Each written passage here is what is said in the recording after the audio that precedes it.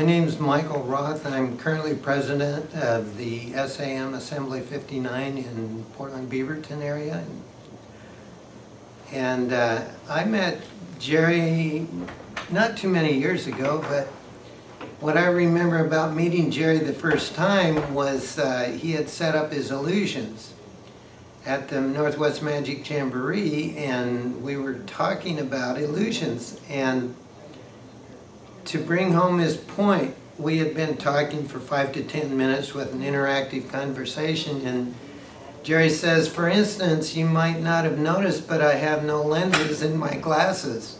And he had completely engaged me so much in the conversation that I'd completely overlooked that fact. Since I don't wear glasses, I hadn't thought about that at all, but it showed me how Jerry was always trying to teach about a kind of a second sight, which at one point in my life I had read the Carlos Castaneda books, and they were talking about second sight and non-ordinary reality, and I think that's what Jerry was teaching about all of the time.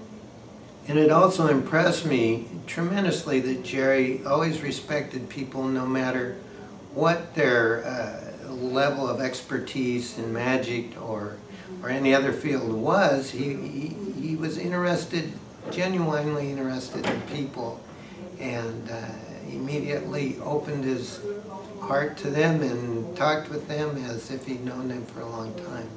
And it made me very comfortable and helped make magic a really wonderful experience for me. I know that Jerry wasn't too much into the business end of things, and I think that probably Jerry had the idea or belief that if he commercialized some of the things that he invented or came up with too much, it was kind of a desecration of the gift of originality and creativity that he got, and that maybe somehow it would diminish what he continued to receive. And he was so prolific in so many areas. I really feel that it was a very great honor and privilege to get to know Jerry and his brother Jerry Andrus, who is a remarkable person also. And they evidence some of the best qualities of human beings, I think, in being generous of heart, in being accepting of people, of never saying negative things about others.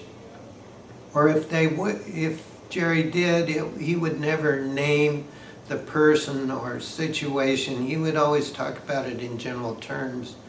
And I think that interesting enough that Jerry was an agnostic. I think he probably evidenced some more Christian values than many people who tried to convert people to Christianity, because he actually lived, a very high life of integrity, and I think that speaks a great deal to Jerry, and he will be very missed, and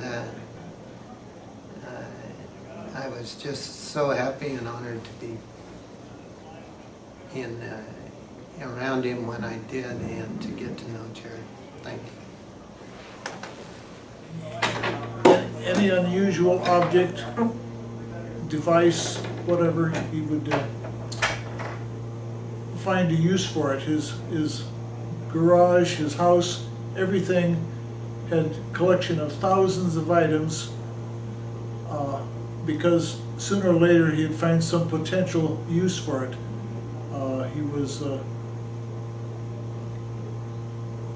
He would be walking down the street or something and see something, and he'd say, yeah, we could do this, or wouldn't it be interesting if that had this added, or we twist it around this way. He always saw potential in everything.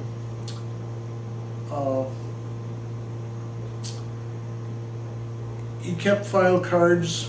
30 years or more ago, he always never went anywhere without file cards in his pocket to write down notes on things. Then after the file cards, he finally found that he carried a pocket recorder around, and whenever he'd think of something, then he'd speak it into the recorder and make notes of for the day. Everything that he had, he wanted to keep a notation of. Years ago, he would take and photograph the file cards on film, and so he'd have thousands of ideas and things stored away on film. So hopefully that he'd get back to them, and these ideas were productive. So everything that he was right, he was thinking constantly of new ideas and thoughts, poetry, ideas for things to do, people to meet, talk to, exchange ideas with. He was never ceasing to be productive with his time. If he had to sit through a meeting, business meeting at the club, he never participated in the politics of the club or the office or whatever, but he would sit with a deck of cards in his hand and shuffle the cards and fiddle with them until the meeting was over and we could get down to the performance of magic, which was an integral part of his life for years and years and years.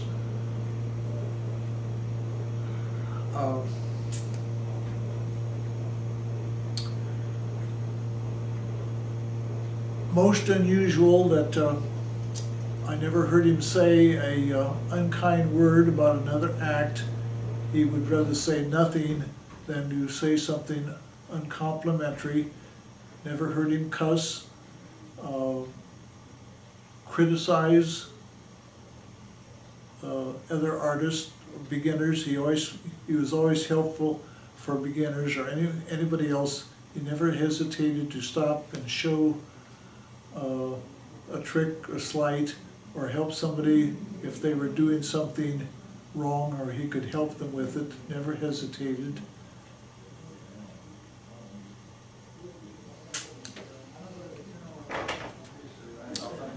Yeah, I think I've probably said Next. yeah, what I can think of. So, Thank you. Thank you very much, Wayne. Dwayne Duvall. Yeah. Introduce yourself. Hello, my name is Scott Morris, and I kind of helped get Jerry's career get going back in 1981. He was is known among magicians, but not to the main world. But I was an editor for Omni magazine. I did the games section, and through my friends Randy, the amazing Randy, Ray Hyman, and Martin Gardner, they convinced me, you got to go meet this guy out in Albany, Oregon. Very small town, you got to go. Well, I convinced, this is the summer of 1980, I convinced Omni magazine to foot my bill, and we flew in not knowing what we were going to see. We drove up, and when I say me, I was me and my ex-wife. This is July 1980, and we meet Jerry outside, and he shows us, we go to his house, he says, you got to see this. Go ahead, start again. And as we're flying into Albany from New York, I remember looking out the plane, and Mount St. Helens had erupted maybe a few months earlier. And as we're coming in to Eugene, I forget whether they came into Eugene or Portland, but we can see the former Mount St. Helens out of our window.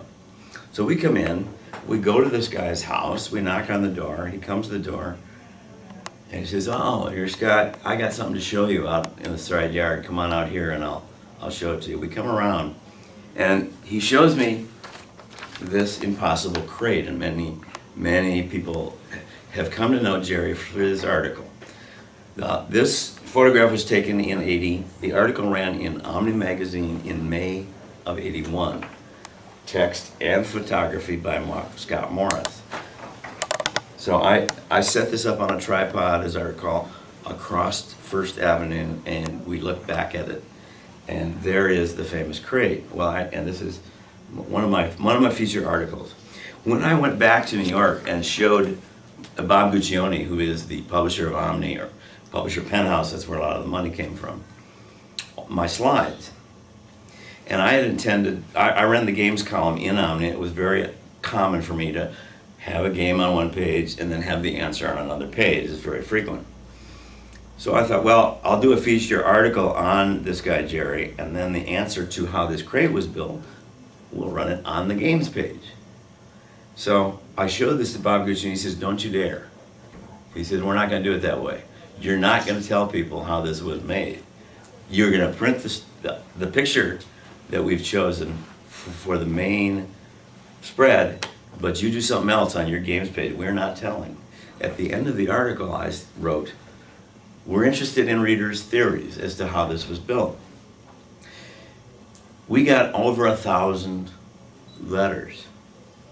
Some of them included popsicle stick models that you could look at of how people thought this must have been made. If you're not familiar with it, it's the Impossible Box, and here's this board here is in back, and then in front, and then in back. And here it's in front, and then in back, and then in front. So how could this have been built? We're interested in your theories. Well, as in the mail we got in the order of, as I said, a little over 1,000, and the number that actually had it the way Jerry built it was like, what, 30%, was it? Something like that. But a large number, 60%, came through with the exact same incorrect answer. So it's not the exact same way Jerry did it, but they came up with a brand new way of doing it. And that was, it really is a real crate. The ropes really are holding it in, but this board is attached at its middle, and this board is attached at its middle. We have phony nail heads here, phony nail heads here, there's glue. So it turns out that would be a simpler way of doing it, and even Jerry had never. He was delighted that this caused so much interest, and the fact that we did not tell made so many people.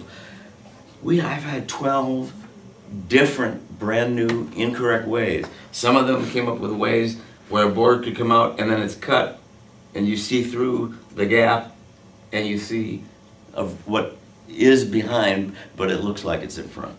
Well, as you probably know, the actual way, Magic Magazine has just given what Jerry would consider a real abomination. They print the picture of the box, and right next to it, they print the reveal. And Jerry would have turned over in his grave. He hated people who would do that. Why would you print it on the same page? At the very least, you say put it on another page. Even better, you save it for another month. Well, I need not go into how the thing was made, but Jerry is, it turned out to be, I think, my best article ever, and it was mainly because of Bob Guccione's suggestion, do not print both the illusion and the secret of the illusion in the same issue. And then it became an entire column 3 or 4 or 5 months later in Omni, the results, what people thought they saw, and we had pictures of the actual box and then how it was made, and then we showed 4 of a dozen brand new ways. And I want to make it clear, Jerry wasn't, oh my gosh, I didn't think anybody would one-up me. He was delighted that people had come up with a simpler way. It was, oh my goodness, I'm so happy that it inspired people. And Jerry was an inspiration, and I still think that was one of the best articles that Omni ever ran, and it was one that I'm most proud of. Thank you. One additional thing that I am going to contribute today is this blue thing, and I wear it on my wrist, and was part of the handouts for the Amazing Randy's The Amazing Meeting, which he holds now. First held it in Fort Lauderdale, and now he's holding it in Las Vegas. It says Rational Thinker, this blue band. So this is from Randy.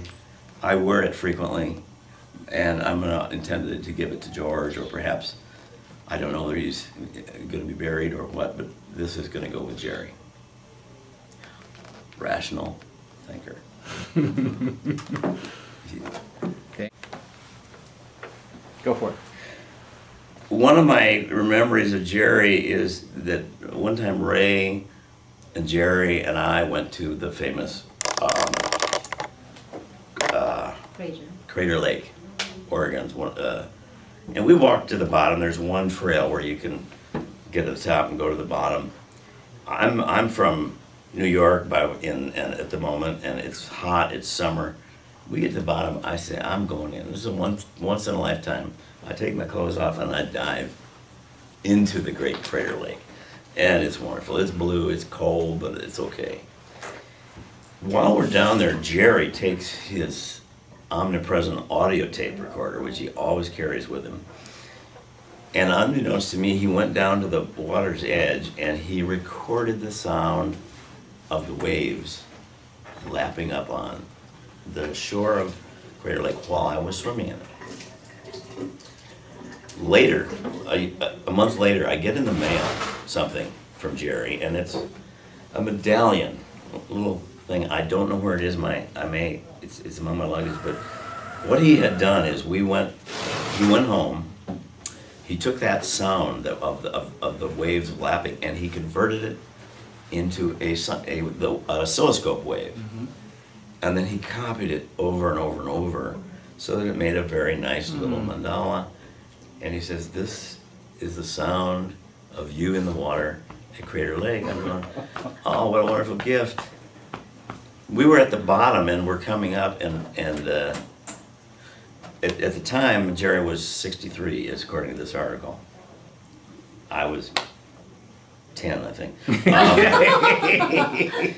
And at the bottom, Jerry says, I'll bet you my heart is slower than yours when we get to the top.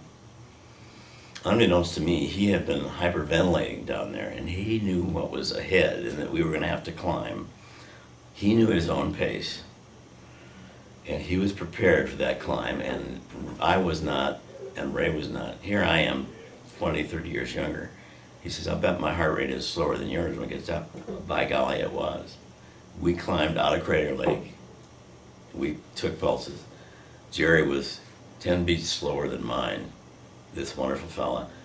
And I'll just never forget him, and I'm so grateful to Randy and Ray and Martin for saying, you gotta meet this guy. His story. One of the things we did with this article, during our time here with Ray, we went to the famous Oregon Vortex, which is down in southwest Oregon, Gold Hill. And it's interesting because they make claims, that this is a very unusual place and that animals don't come here and that we're on some kind of line that's similar to the Stonehenge and things don't work right, physics is, Well, I'm with the top cognitive psychologist in the United States, Ray Hyman, and the top thinker about illusions. We all know it's an optical illusion, but we're quietly listening. So a large part of this article was given over to the story of the Oregon Vortex and how it's interesting and how one guy at one end of the plank looks small, and then they switch sides, and the guy that was small is now big, and the guy that was big is now small. And we explain it in terms of what's called the lumberjack illusion, which is when you're on the side of a hill and you're looking down the hill, let's say, and I ask you to point to what you think is a horizontal line, you're going to point a little bit too low. If you're facing the other way uphill, and I say, point to what you think is a horizontal line, you're going to point a little bit too high. Well, that illusion, as you can imagine, could kill a lumberjack. If he does not know which way the tree's going to fall,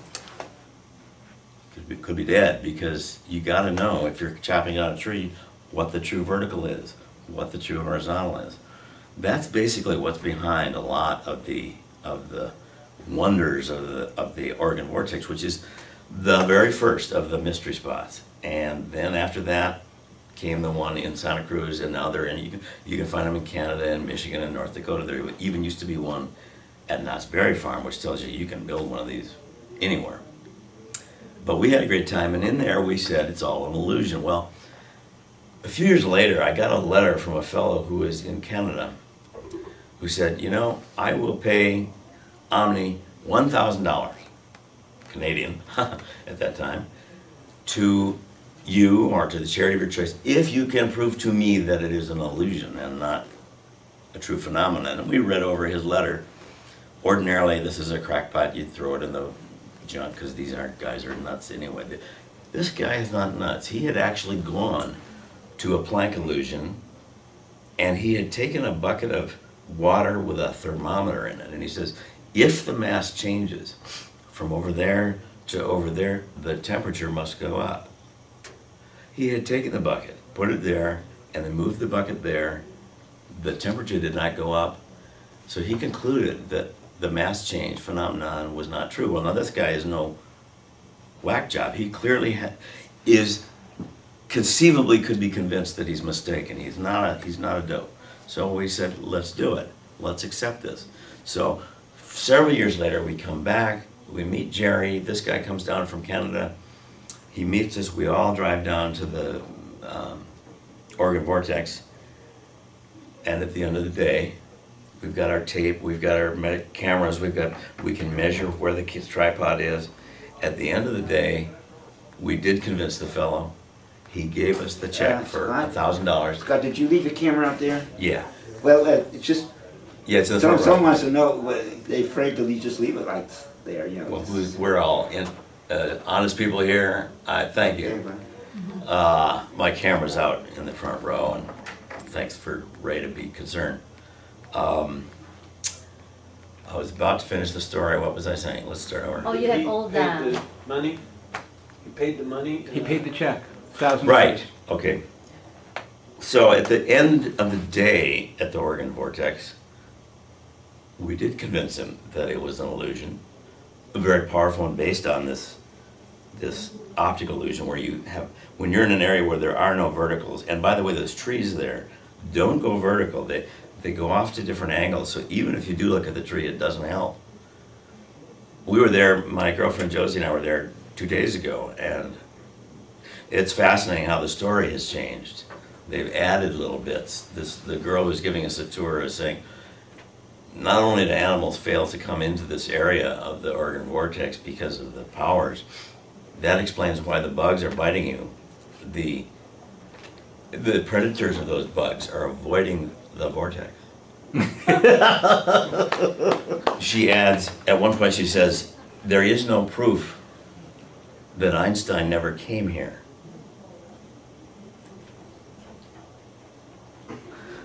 We're sitting in the background, we're going, oh my God, I don't believe she just said that. They have added new things. They actually get handout now, dowsing rods. Has nothing to do with the vortex, but as Ray, the world's expert on water witching, knows how these things work, idiomotor action. You hold it, you think they're gonna cross, by golly, they do. And there were people on the tour with us that said, oh, I can't believe it, the power, there's the vortex there, it's right there. Well, they give me the copper wire, and I think I'm gonna make them turn over the restroom sign. So I walk over toward it, and people are saying, hey, come back, you missed the vortex, it's back here. I know what's going on. I'm gonna make it go down where I want it to go down. I walk over there and over the word restroom. I remember one time when we were there with Jerry, the tour guide is showing us around, and they notice, oh, right here, there's a point where compasses don't seem to work right. You set them down, the compass doesn't. And Jerry, as Jerry recalls it, I said, you know, if I didn't know better, you'd say somebody buried a magnet there. You know, just in a conversation, and Jerry remembered that moment. Probably how they did it. Somebody did bury a magnet there, but I still think it's worth the money. It's one of the great attractions, although they sometimes make claims that aren't so. Jerry was one of the stalwart men of do not say what you do not know to be true, and they make claims, but it's a wonderful experience if you know what's happening, your eyes being fooled. I'd recommend the Oregon Vortex to anybody. It's a wonderful trip. Thank you, Scott. Cool. Okay. That's it. Many times. This one I've never heard from anybody else. And I've mentioned to other people and they never heard it. But one day when I went by his place, it was a few days after this had happened, he said he had the strangest thing happen the weekend before. Said some guy came by looking for an address in Albany, and he didn't know the guy, and the guy didn't know Jerry. But they got talking. Jerry talked to anybody, so they got talking about things, and this guy told him that he was moving from Northern California to Southern Washington, and said he'd been living in Northern California, and he said up until that time, all the Bigfoot sightings, most of them took place in Northern California. And he says, now watch the news, because in the next few months, they're gonna start coming out of Southern Washington. And sure enough, a couple months later, we started hearing these reports, Bigfoot sightings in Southern Washington. And Jerry thought that was really curious. And that was that's one of the most memorable stories that he ever told me, because I don't know that he ever told anybody else. Thank you. And later, he couldn't remember that. I brought it up a couple of times. I've forgotten about it. Anything else? That's good. Yeah. Thank you so very much. Yeah, anything else would be repeated somebody else. I've been involved in magic now for, gosh, close to about 10 years. And I met Jerry about 8 years ago, and for the last few years I've been president of the Portland Society of Magicians.